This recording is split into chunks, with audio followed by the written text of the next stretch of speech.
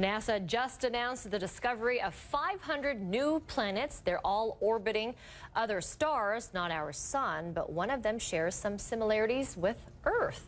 Meteorologist Tom Sater is joining us now with the details. How many similarities are we talking about? Well, there's criteria to be Earth-like. This is such an interesting and profound statement, really, from the scientists of NASA. Let's back up first. Let's talk about this Kepler activity that we have seen and talked about. In fact, if we can get this, here we go. The Kepler spacecraft took off in 2006 from Cape Canaveral.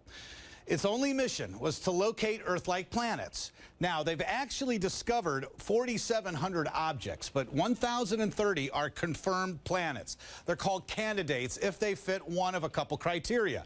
What are the criteria? Let's run through these and you get an idea. This is really interesting stuff here. Criteria: similar to the same size as Earth, rotates around a sun like our star, our sun, and located in a habitable zone. Let's talk about the habitable zone. It's the Goldilocks zone, as you call it. You know the old story. This is just right. You get too close to the star and it gets too hot, too far away, and it's too cold for life. 1 in 5 stars has an Earth-sized planet in a habitable zone, all right? Now, we know more than this, too, because it was just in the last year that we found out, not only when you look at our habitable zone and how important the size is, that we'll get to in a minute, it already has been kind of categorizing many other systems. Now, this is one from last year. It was called Kepler 62.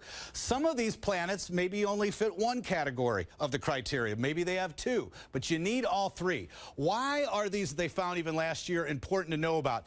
If they're too small, they spin too fast for life. If they're too big, they're violent storms, and many have poisonous gases. You want one the size of Earth so it has some rock, all right? And that's what we're looking for. If you get the right distance for water and the right temperature for life, and you have a foundation of a rock like our Earth's crust and its mantle, then we're looking pretty good. Now, 1,400 light years away, they have found a planet that fits all 3 criteria and closest in all of the candidates yet.